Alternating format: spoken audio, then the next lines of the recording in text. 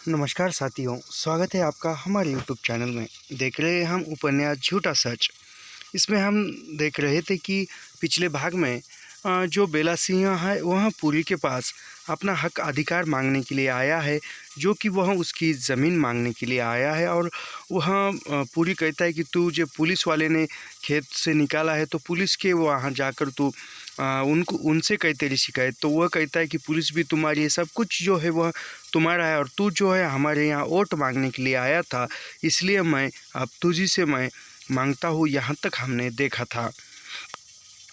पूरी बैठक के दरवाजे से भीतर चला गया। कनक और गिल भी उसी के पीछे पीछे भीतर आ गए। गिल ने बैठक का दरवाज़ा बंद कर लिया। कनक ने पूरी को संबोधन किया, बहुत थके हो, भूख भी होगी, क्या बनवा दूँ। यानी वह अंदर जाने के बाद गिल और कनक भी गए और पूरी भी अंदर दरवाजे में गए, घर के अंदर गया और गिल और कनक भी किया, दरवाज़ा बंद किया। और कनक कहती है पूरी को कि बहुत थके हुए लग रहे हो, क्या बनवा दूँ, भूख लगी है खाने के लिए। पूरी थका हुआ था परंतु दोपहर का खाना खाकर आया था। उसने चाय बनवा देने के लिए कहा और गिल को हिंदी पंजाबी की समस्या पर अमृतसर में हुई बातें बताने लगा। कनक जया को देखने के लिए पिछले बरामदे में चली गई। यानी वह पूरी और कनक जो है, पूरी और गिल जो है वह पंजाब और हिंदी के क्षेत्र की बातें बता रहे हैं। और वह कनक जो है अंदर चली गई और वो पिछले बरामदे में जया के पास गई। बेला सिंह सामने के बरामदे में अपने परिवार के साथ सत्याग्रह किया पड़ा था। यानी बेला सिंह जो है सामने की तरफ, घर के सामने की तरफ सत्याग्रह अनशन पर बैठा हुआ है। उसकी छोटी बच्ची बार बार रो रही थी और रो उठती थी। कनक ने चाय पीछे के बरामदे में रखवा दी थी। यानी वो सामने के बरामदे में बेला सिंह है तो कनक ने पीछे के बरामदे में चाय लगवा दी थी। और वह उसकी जो बेला सिंह की जो छोटी बच्ची है वह रो रही थी। कनक ने चाय पीछे के बरामदे में रख दी।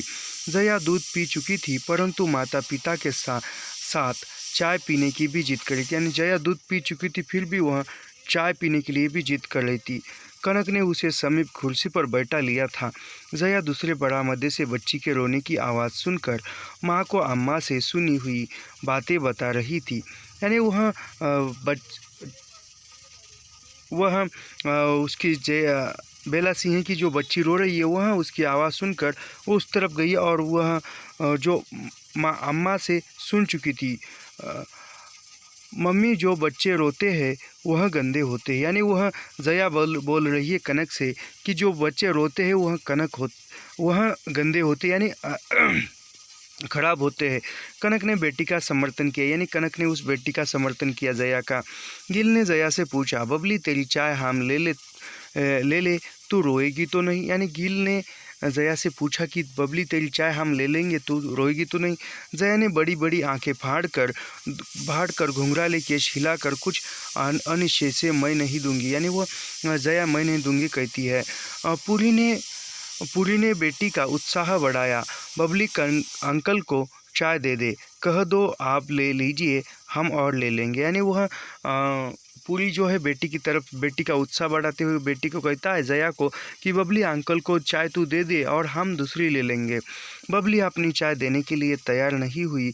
गिल ने बबली की कटोरी की ओर हाथ बढ़ाकर कहा, हम तो ले लेंगे। यानी वह गिल ने उसकी तरफ हाथ बढ़ाया चाय लेने के लिए और कहा कि हम तो ले लेंगे। जया चिल्लाती ना उसने क्रोध में आंखें निकालकर गिल को मारने के लिए अपनी गुलगुली बाह उठा ली। यानी वह बच्ची है तो समझ में नहीं आता, उसने गुस्सा होकर मारने के लिए हाथ उठाया। कनक ने हंसी दबाकर आंतक प्रकट किया, हाँ बबली अंकल को मारते हैं, अंकल को तो लाड़ी प्यार करते हैं। यानी वो कनक जो है हंसी आ रही थी लेकिन वो हंसी को दबाकर उसको डांटती है कि बबली तू अंकल को मारती है, तो अंकल तो तुझसे प्यार करते, स्नेह करते, ऐसा वो बता रही है। यह क्या बेला सिंह से कम है, अपनी चाय के लिए मारपीट कर तुली है। गिल ने पूरी से कहा, विधानसभा की मेंबर बन जाएगी तो बातों के दाव पेच करेगी। यानी वह गिल बता रहा है कि यह जो है बेला सिंह की तरह ही है, अपना जो अधिकार का चाय है वह चाय तो मार पीट कर ही ले लेगी। और वह आगे कहता है गिल पूरी को कि यह यदि विधानसभा का मेंबर बन जाएगी तो बातों से ही अपने दाव पेच चलाएगी। कनक मुस्कुरा दी। पूरी पर यह फप्त से अच्छी लगी। यानी पूरी को ये बात अच्छी लगी। पूरी ने भी गील की ओर घूमकर देखा। कामरेड तो सदा वामलेस को सपोर्ट हिंसा का समर्थन करेगा, यानी वो कहती कामरेड जो है वह हिंसा का समर्थन करेगा, क्योंकि पहले गील जो था वह कामरेड की ओर से था। सो तो है, कनक ने पूरी का भी समर्थन किया, यानी कनक ने पूरी का समर्थन किया। सो तो है, यानी वह सही कह रहे। क्यों बबली की चाय छीनना वायलेंस नहीं है? गील ने पूछा। पूरी और कनक एक बार हट चुके थे। बात बैठ गई, यानी वह गील बोलता है क्या बबली की चाय छीनना यह उसके साथ अन्याय तो नहीं होगा? अन्याय तो है, गिल ने पूछा और दोनों हंस पड़े और बात बैठी नहीं। बेला सिंह की लड़की के रोने की आवाज़ फिर आई, यानी बेला सिंह की जो लड़की है वह रो रही है और आवाज़ फिर गील, कनक और पूरी को सुनाई देती है। कनक ने कहा, उखड़े लोगों की धरती बांटते समय यदि किसानों के परिवारों को देखकर उनके निर्वाह का विचार रखा जाता तो ज़्यादा अच्छा होता। लोग ज़मीन मांगेंगे ही, यानी वह कहती कि विभाजन के तौर पर जो जिनकी ज़मीन है उनको ज़मीन दिलवाएंगे तो मामला ठीक है, नहीं तो लोग तो है ज़मीन मांगेंगे जिसकी ज़मीनें चली गई। किसान का परिवार बढ़ जाए तो? गिल ने मुस्कुरा कर पूछ लिया और फिर गंभीरता से बोला, यानी वो कहता है किसान का परिवार यदि बढ़ जाए तो क्या होगा? ऐसे गिल ने मुस्कुरा कर पूछा और गंभीर हो से चुप बैठा। भाई जैसी व्यवस्था उत्पादन के अन्य साधनों के लिए है वैसी ही खेती की धरती के लिए भी होगी, यानी वो अन्य साधन की पूर्वता करने के लिए जो व्यवस्थाएं है, जो भी वह नियोजन है, उसी प्रकार जो खेत की धरती है उसके लिए भी होगी। यदि लोग उद्योग धंधे के साधन न होने पर मिलों, कारखानों, दफ्तरों में नौकरी से आजीविका चला सकते हैं तो किसान धरती न होने पर खेत मजदूरी कर सकते हैं, या फिर उत्पादन के सभी साधनों का राष्ट्रीयकरण हो।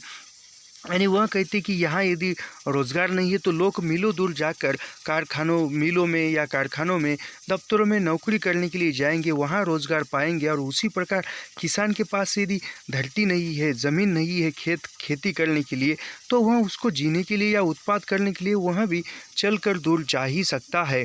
या अभी वो कहता है कि साधनों का राष्ट्रीयकरण हो। पूरी ने गील को टोक कर अधिक महत्वपूर्ण बात कही। पंजाब पूरे देश के मूल विधान की अवज्ञा कैसे कर सकता है, यानी पंजाब जो है पूरे देश का हाल कैसे सह सकता है? विधान के अनुसार सरकार निजी संपत्ति और व्यावसायिक स्वतंत्रता में हस्तक्षेप नहीं कर सकती थी। यानी गिल ने कहा था उसके अनुसार सरकार जो है वह जो निजी संपत्ति है, जो किसी की हक की अधिकार की किसी मालिकी की संपत्ति है या व्यावसायिक स्वतंत्रता में हस्तक्षेप नहीं कर सकती। जो कि किसी का खुद का व्यवसाय हो या खुद की कोई ज़मीन हो, खुद का कुछ रोज़गार का साधन हो, तो उस पर जो है सरकार हस्तक्षेप नहीं कर सकती। सरकार जो है उसके किसी व्यक्ति के उद्योग पर या किसी व्यक्ति के रोज़गार के साधन पर अधिकार जमा नहीं सकती। वेलफेयर स्टेट में कॉन्स्टिट्यूशन सब लोगों को निर्वाह के अवसर का आश्वासन नहीं देता।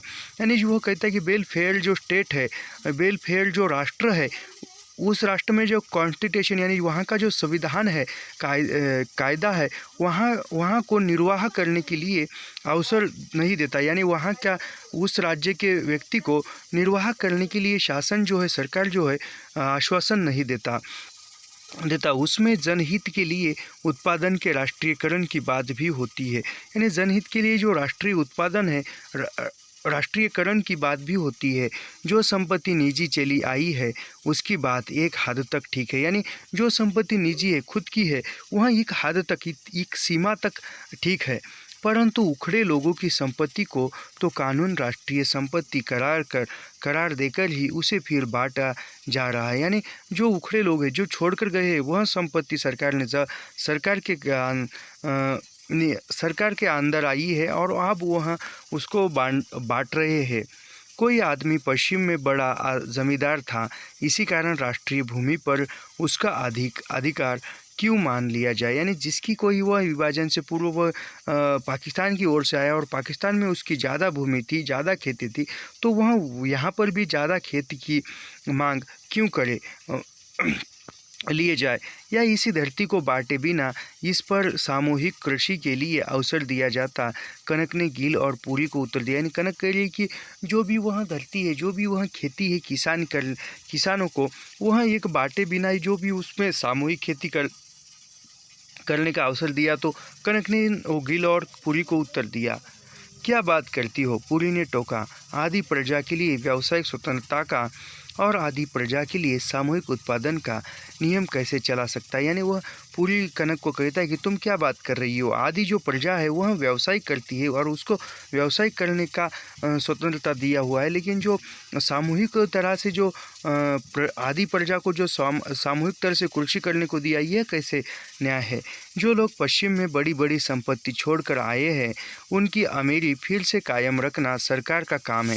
यानी जो पश्चिम की ओर से आए हैं, पश्चिमी देशों की तरफ से, उन लोगों के पास तो उन्होंने तो बड़ी बड़ी बहुत ज़्यादा जायदाद संपत्ति छोड़कर आए हैं, तो आप उनको यहाँ पर भी सरकार का दायित्व है कि उनकी अमीरी बनाए रखे। यानी वहाँ पर जितनी ज़मीन थी, वहाँ पर जो संपत्ति थी, वह संपत्ति यहाँ पर भी दे। कनक ने भी पूरी की बात काट दी। तो फिर राष्ट्रीयकरण को लक्ष्य बनाने का मतलब ही क्या है? यानी तो वह कनक कहती है कि ऐसा करते हैं तो फिर राष्ट्रीयकरण करने का लक्ष्य ही क्या है? राष्ट्रीयकरण करने का ध्येय ही क्या है? राष्ट्रीयकरण कम्युनिस्ट की तरह रटते जाने से क्या बन जाएगा? यानी वो कहती है कि राष्ट्रीयकरण कहने से नहीं होता है, राष्ट्रीयकरण करना पड़ता है। पूरी खींच उठा, पहली ज़रूरी बात उत्पादन बढ़ाना है या जमे हुए उत्पादन को फिर बखेर देना। यानी पहली जो बात है उत्पादन है, उसको बढ़ाना है और फिर जो उत्पादन बढ़कर निर्माण होगा उसको बखेरना है, उसको बांटना है। गरीबी और भूख का राष्ट्रीयकरण कर लेने से क्या होगा? यानी गरीबी और जो गरीबों की भूख है उसका राष्ट्रीयकरण करने से क्या होगा?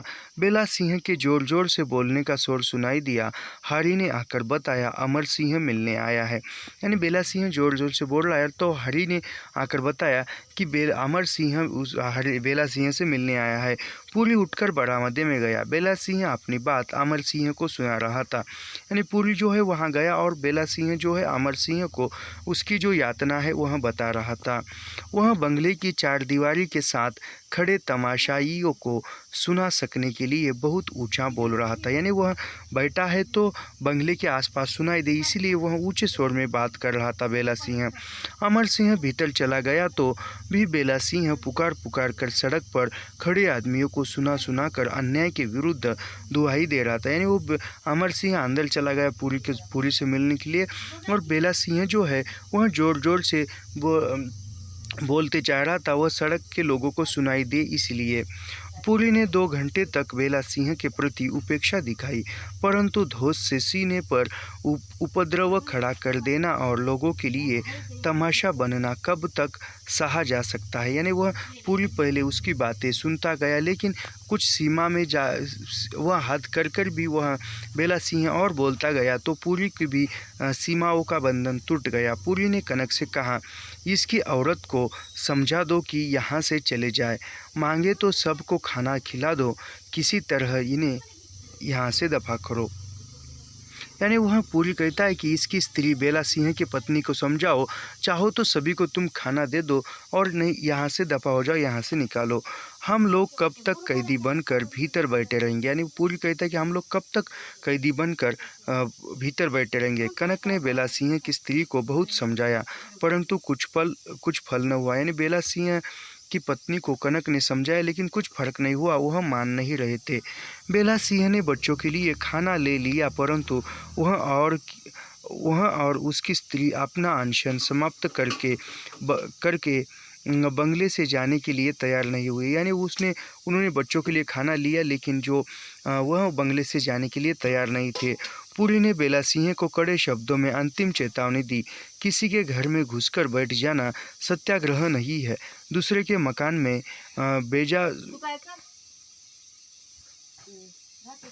बेजा घुस जाना जुर्म है। यानी वो कहता है, पूरी जो है वह बेला सिंह को समझाता है, चेतावनी देता है कि किसी के घर में घुसकर सत्याग्रह करना, यह सत्याग्रह करना नहीं होता है, और दूसरे के मकान में ऐसे ही ज़बरदस्ती घुसकर वहाँ बैठना एक जुल्म है। तुम अपना डंडा उठाकर यहाँ से चले जाओ, मैं सबूतगढ़ या रामनगर से तुम्हारे लिए कोशिश कर दूंगा। यानी वो राम सिंह को पूरी कहता है कि तुम यहाँ से चले जाओ और मैं तुम्हारे लिए कहीं से कुछ प्रबंध करूँगा, कोशिश करूँगा। अगर 10 मिनट में यहाँ से नहीं जाते तो पुलिस को बुलाकर उनके हवाले कर दूंगा। यानी पुरी कहता है कि तुम 10 मिनट में यहाँ से नहीं जाओगे तो मैं पुलिस को बुलाकर तुम्हें उनके हवाले कर दूंगा, पुलिस के हवाले। तू है कौन? हम तेरे भरोसे नहीं, वाहे गुरु के भरोसे बैठे हैं। तुझे जो करना है कर ले। यानी बेला सिंह कहता है कि तू है कौन हमें पुलिस के हवाले करने वाला? हम तो है तेरे भरोसे नहीं, हम वाहे गुरु के भरोसे यहाँ पर बैठे हैं। तुझे जो करना है कर ले, ऐसा वो बेला सिंह कहता है। अंग्रेज़ों की पुलिस के डंडे खाए हैं आप, तेरी को अंग्रेज़ी पुलिस के डंडे भी देख ले। यानी वो कहता है कि मैंने जो अंग्रेज़ के पुलिस के डंडे खाए हैं, आप जो कांग्रेसी पुलिस के डंडे की भी देख लेंगे। तो पुलिस फौज सब कुछ बुला सकता है, हमें ज़मीन नहीं दे सकता। यानी वह बेला सिंह पुरी को कहता है कि तू पुलिस फौज बुला सकता है तो हमारी ज़मीन क्यों नहीं दे सकता तू? तू अपनी मौज कर, ज़रा हमारी हालत भी देखता जा। यानी तू कहता है कि पुरी को तू तुम्हारी मौज मज़ा जो भी है वह कर, लेकिन साथ में मेरी भी हालत देखता जा। पुरी ने बेला सिंह को 10 मिनट के बजाय 20 मिनट का समय दिया और बात करता रहा। यानी पुरी ने और 10 मिनट बढ़ाकर 20 मिनट का समय दिया और बात करता रहा। बड़ी मुश्किल है, लोगों ने स्वराज्य का मतलब अव्यवस्था पैदा करने का अधिकार समझ लिया है। यानी पुरी बेला सिंह से कह रहा कि बड़ी मुश्किल बात है, स्वराज्य का मतलब लोगों ने, जनता ने खुद के अधिकार जमाने का समझ लिया है। उस दिन शिमला में एक नए लेखक बगल में कागज़ों का पुलिंदा दबाए राष्ट्रपति की मोटार के सामने लेट गए दुलाही देने लगे। मैंने देश की स्वतंत्रता के लिए जेलें काटी है, मैं साहित्य सेवा कर रहा हूँ, मेरे बाल बच्चे भूखे मर रहे। यानी उस समय जो शिमला में भी एक जो लेखक है, साहित्यकार है, वह जो है वह राष्ट्रपति के गाड़ी के सामने लेट गया और कह रहा है कि मैंने जो है देश के स्वतंत्रता में लिखा है, आंदोलन किया है और मैंने मेरे कलम से जो वह राष्ट्रीय भावना है वह फैलाई है, तो मेरे पास पैसे नहीं है, मेरे बाल बच्चे जो है वह भूखे मर रहे हैं। ऐसा वह एक लेखक जो है, साहित्यकार है, वह राष्ट्रपति के गाड़ी के सामने लेटकर बता रहा है।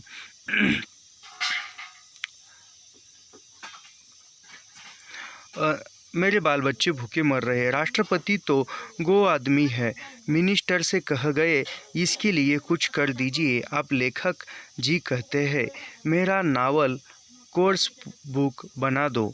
एक वाक्य शब्द नहीं लिख सकते, लेकिन उनका नावल कोर्स में रखा जाना चाहिए।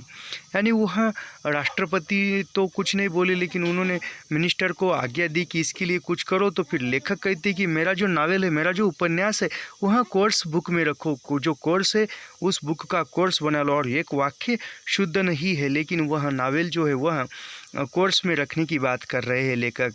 यह अच्छा दया है, इन लोगों के साथ सख्ती करो तो आना पॉपुलर बनो। वोट देने का अच्छा रोब बना लिया है लोगों ने। यानी वह कहता है कि इन लोगों के साथ वोट लेने के लिए सब कुछ करते हैं, इनके सामने दबते जाओ। सरकार की प्रेजिट खत्म हो गई है, यानी सरकार की जो है बात खत्म हो गई है, सिर्फ वोट के लिए ही हमें जनता को याद आती है। पुरी ने कोतवाली में फ़ोन करके कोतवाल को स्थिति समझा दी। शीघ्र ही पुलिस की गाड़ी आ गई। यानी पुरी ने पुलिस को फ़ोन किया और शीघ्र ही पुलिस की गाड़ी आ गई। बेला सिंह सत्याग्रही शहीद की मुद्रा में बरामदे में लेट गया। यानी बेला सिंह जो सत्याग्रही है, शहीद की मुद्रा में बरामदे में लेट गया।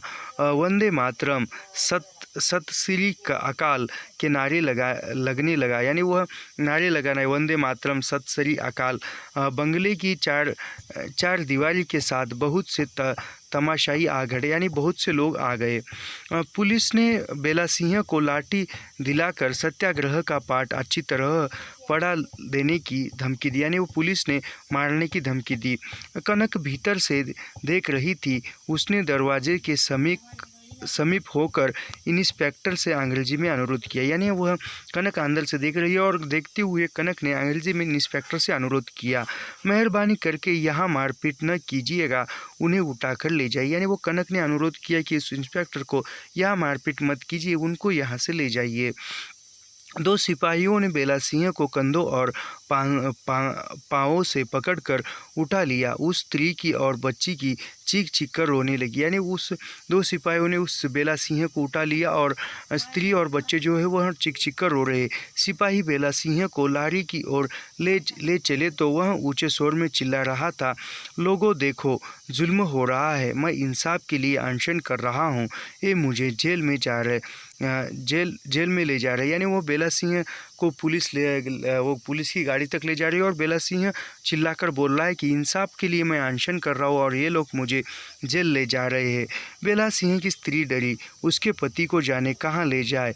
वह भय से रोती बच्ची को गोद में लिए दोनों लड़कों के साथ सोई ही लारी पर जा पड़ी। अभी वह बेला सिंह की पत्नी वह डरी और पति को कहाँ लेके जा रही, इसलिए वह भी उठी और बच्चों को लेकर वह भी गाड़ी में बैठ गई।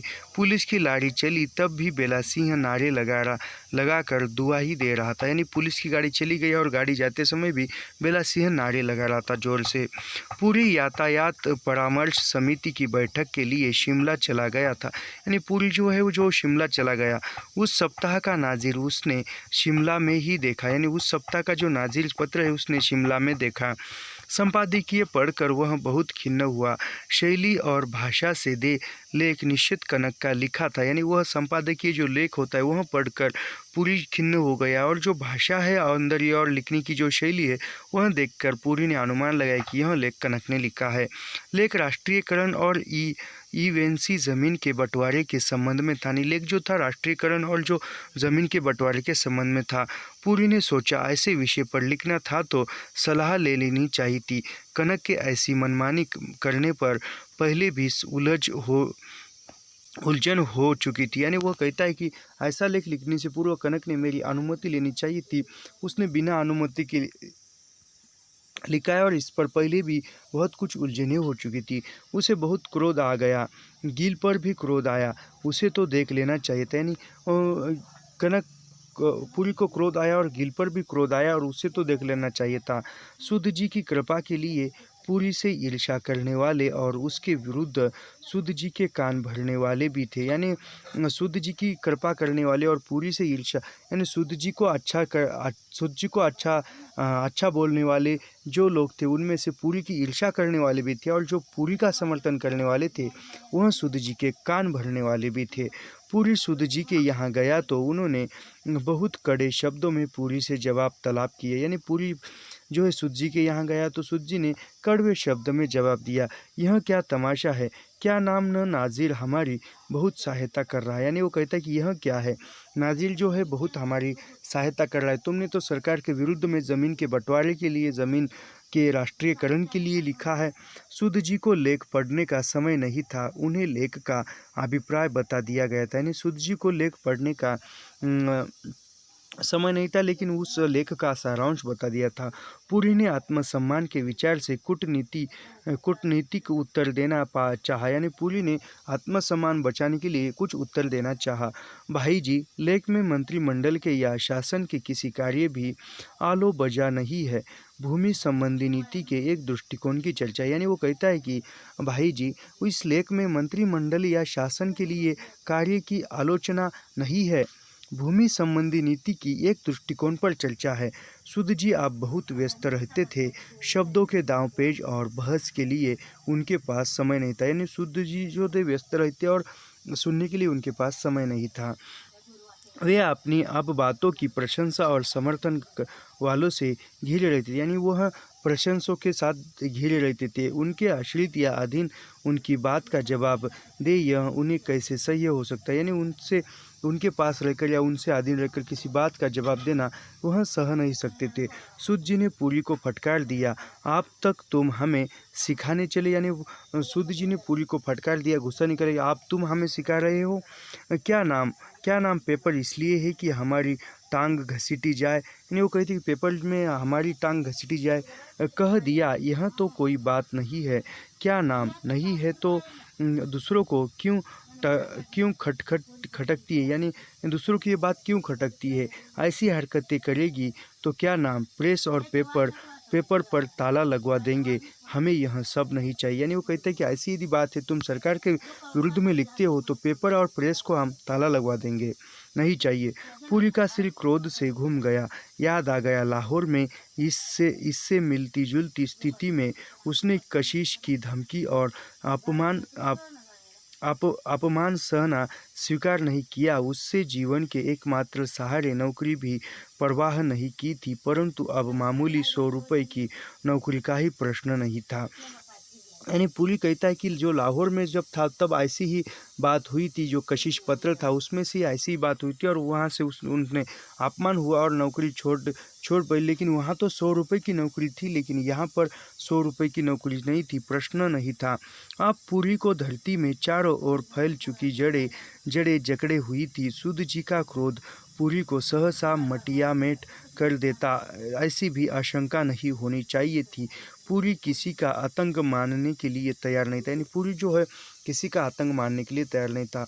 पूरी ने क्रोध की अपेक्षा बुद्धि से काम लेने का निश्चय किया। वह सूद जी को भाई जी कहकर संबोधन करता था।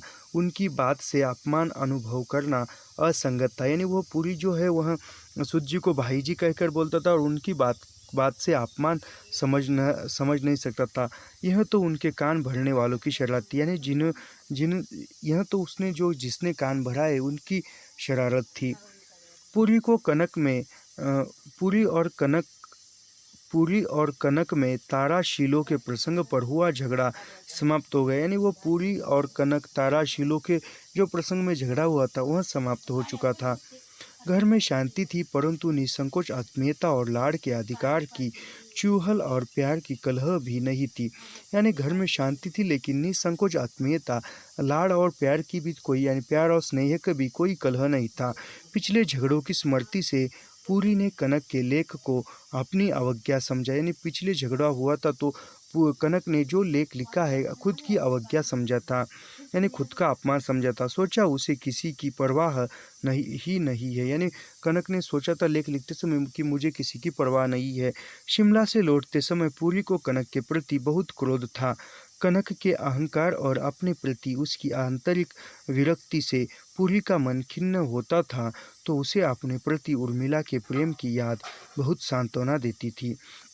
यानी शिमला से पूरी जब लौट रहा था तो वो कनक के प्रति पूरी के मन में क्रोध था और कनक के अहंकार और अपने प्रति आंतरिक विरक्ति, यानी जो भी वह कनक के प्रति गुस्सा था, वह गुस्सा होते समय उसको उर्मिला के साथ जो प्रेम प्यार महसूस होता था वह याद आती थी और उर्मिला के प्रेम की याद आते ही उसको जो है क्रोध में सांत्वना मिलती, वह क्रोध भूलने लगता।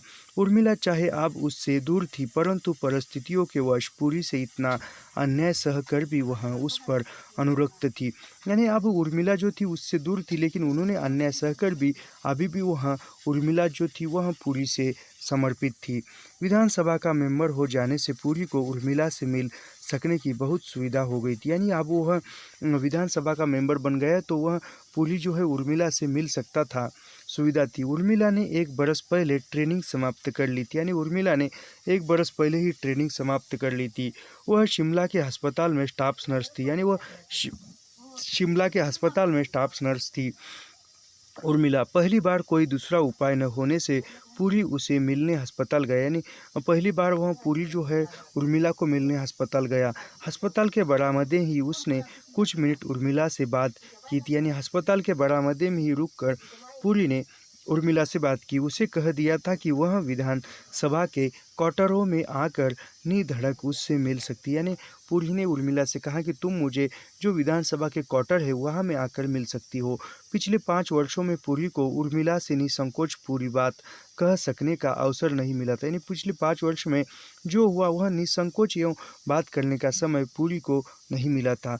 उर्मिला मिलने आई तो पूरी ने एकांत में आंसू भरे गले से उसके प्रति अपने अनुष्ण प्रेम और विवशता की पूरी बात कह दी। यानी वह उर्मिला एकांत में मिलने आई तो उसको जो भी है बात वह आंसू भरी आंखों से सब कुछ बात बता दी।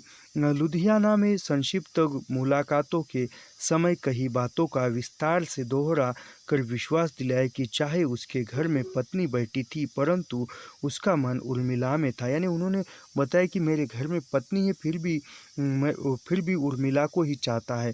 पुरी ने विश्वास दिलाया दुर्भाग्य से लाहौर में उसकी सगाई कनक से हो चुकी थी, यानी हो चुकी थी, परंतु जालंधर में उर्मिला से मिलने के बाद वह किसी और से विवाह करने के लिए तैयार नहीं था। यानी वो पुरी ने बताया कि जो वह लाहौर में दुर्भाग्य से मेरी सगाई कनक के साथ हुई थी और वह जालंधर में उर्मिला के साथ पूरी था, लेकिन वहाँ कनक आई और मेरी इच्छा नहीं थी विवाह करने की, लेकिन फिर भी विवाह हो गया। मकान और प्रेस में था, इसलिए उस समय दम मार लिया था कि दूसरा उपाय सोचेंगे। यानी वह प्रेस में ही था तो वह दूसरा उपाय नहीं था, इसीलिए उन्होंने सोचा। पूरी ने याद दिलाया, इसलिए मैंने कहा था कि घबराना नहीं। पूरे दिन अस्पताल गया तो तुम मिली नहीं। यानी वो कहता है कि इसलिए मैंने कहा था कि तुम घबरा नहीं, और मैं दूसरे दिन अस्पताल गया था लेकिन तुम मिली नहीं। फिर गया तो लोगों ने कह दिया तुम अमृतसर चली गई हो। अमृतसर में ढूंढा, कुछ पता नहीं चला। यानी वह मैं अस्पताल में गया तो अस्पताल के लोगों ने बताया कि तुम जो है अमृतसर में गई हो, और फिर मैं अमृतसर जाकर ढूंढा लेकिन अमृतसर में तुम नहीं मिली। 8 मास बाद पता चला तुम लुधियाना में थी। लुधियाना में पहली बार तुमने कैसी रूखी सूखी बातें की थी, परंतु मैं रह नहीं सका, फिर भी तुम्हारे पास आ गया। यानी फिर लुधियाना में मिली और फिर लुधियाना में कुछ थोड़ी सी बात हुई और फिर रह नहीं सका और मैं तुमसे मिलने आ गया। पूरी उर्मिला को बता रहा है। पूरी जो कह रहा था वह तथ्य घटना नहीं थी, परंतु कहते समय बात उसके अंतर मन से उठ रही थी। यानी पूरी जो है एक तथ्य यानी सत्यता के साथ नहीं कह रहा था, लेकिन जो भी बोल रहा था वह अंतर्मन से बोल रहा था। उस समय उसका रोम रोम उर्मिला के आकर्षण के आवेग से थरथरा रहा था। यानी वो पूरी का जो रोम रोम है वह उर्मिला के आकर्षण के आवेग से थरथरा रहा था। उसे उर्मिला की उजली भूरी आँखों में भी अपनी इच्छा की प्रति छाया दिखाई दे रही थी। यानी जो उर्मिला के भूरी उजली हुई आँखों में ही उसको अपना भविष्य दिख रहा था, प्रतीक्षा दिखाई दे रही थी। उर्मिला संध्या 6:30 बजे आई थी। कमरे में वह दोनों ही थी। यानी उर्मिला जो है शाम के समय 6:30 बजे आई थी और कमरे में दोनों ही थे। कमरे के दरवाजे और खिड़कियों पर पर्दे थे। यानी कमरे के दरवाजे पर खिड़कियों पर पर्दे थे। उर्मिला पूरी के समीप कुर्सी पर बैठी थी। पूरी ने उसका हाथ अपने हाथ में ले लेना चाहा। उर्मिला ने अपना हाथ खींच लिया और परे सिमट गई। यानी उर्मिला का हाथ जो है पूरी पकड़ना चाहता है, लेकिन उर्मिला खींचती है और खुद को सिमट कर बैठ गई। पूरी ने उसे पिघलाने के लिए याद दिलाया, याद नहीं किस अवस्था में हम लोगों को वह जरा ठिठका और गहरी सांस लेकर कह गया, आलिंगन से छीन कर जुदा कर दिया गया था। यानी वो कहता है कि तुम्हें याद है कि पहले हम आलिंगन में थे और आलिंगन से छीनकर हमें जुदा किया था। पहली याद दिलाई। उर्मिला ने कुर्सी पर सिमट कर मुंह फेर लिया। यानी उर्मिला ने मुंह फेर लिया। पूरी को जोखिम उठाने के लिए तैयार नहीं था। यानी पूरी जो है ज़बरदस्ती या जोखिम उठाने के लिए तैयार नहीं था। उसे कमरे के दरवाजे बंद कर देने का साहस नहीं था, परंतु उर्मिला उससे परे हट गई। यानी वह उसको जो है दरवाजे खिड़कियाँ बंद करने का भी साहस पूरी में नहीं था, लेकिन उर्मिला जो है उससे दूर हो गई। वह यह सह न सका। यदि उर्मिला कह देती हाय कोई आ जाएगा तो उसे संतोष हो जाता। यानी वह उर्मिला दूर गई तो वह सह न सका और उसको लगा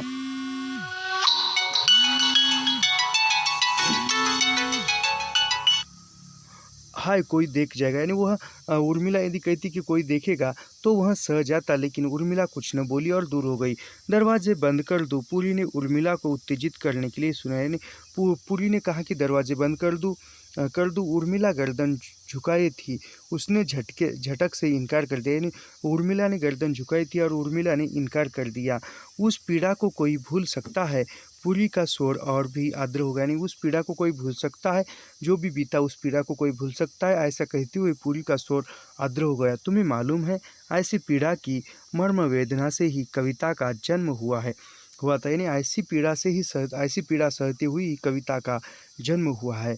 संसार के पहले कवि वाल्मीकि ने कहा था, माँ निषाद प्रतिष्ठा तत्वमंग तत्वमगम। यानी पहले कवि ने कहा था ऐसा पहला कवि जो इस उपन्यास में संसार के पहले कवि का जिक्र आया है और उस कवि का नाम वाल्मीकि है, याद रखिए। और उसने कहा था माँ निषाद प्रतिष्ठा तत्वमगम, यह कहा था। उर्मिला संस्कृत नहीं जानती थी, न कविता के जन्म की किंवदंती से परिचित थी। यानी उर्मिला जो है संस्कृत भाषा नहीं जानती थी और जो कविता के प्रति जो किंवदंती यानी जो कथाएं लोग कहते आए हैं और वही प्रचलित हो गई है। पुरी ने श्लोक का अर्थ और काम चेष्टा में आत्मविस्तृत कुंज के जोड़े की कहानी बता दी। यानी वह श्लोक का अर्थ और जो काम चेष्टा के आत्मविस्मृत कुंज के जो जोड़ा था उसकी कहानी बताई। वही अवस्था हमारी भी थी, हम दोनों ने जो सहा है उसकी पीड़ा जीवन में मिट नहीं सकती। यानी वो कहता है कि जो अवस्था हम लोगों की हुई है, जो दर्द हमने झेला है, वह उस दर्द की जो पीड़ा है, उस अवस्था की जो पीड़ा है हमने सही है और वह मिट नहीं सकती जीवन भर। उर्मिला का चेहरा गंभीर और निश्चल था, वह उठकर खड़ी हो गई। यानी उर्मिला का चेहरा जो था गंभीर था और वह उठकर खड़ी हो गई। लौटते समय उर्मिला ने सड़क पर आकर जोखिम का कोई अवसर न देखकर गर्दन झुकाए कह दिया था। यानी वह सड़क पर आई और कोई नहीं था तो उसने जोखिम में सर झुकाकर कह दिया, तुम्ही ने तो मुझे निकाल दिया था, हिम्मत है तो उस चुड़ैल को निकालो।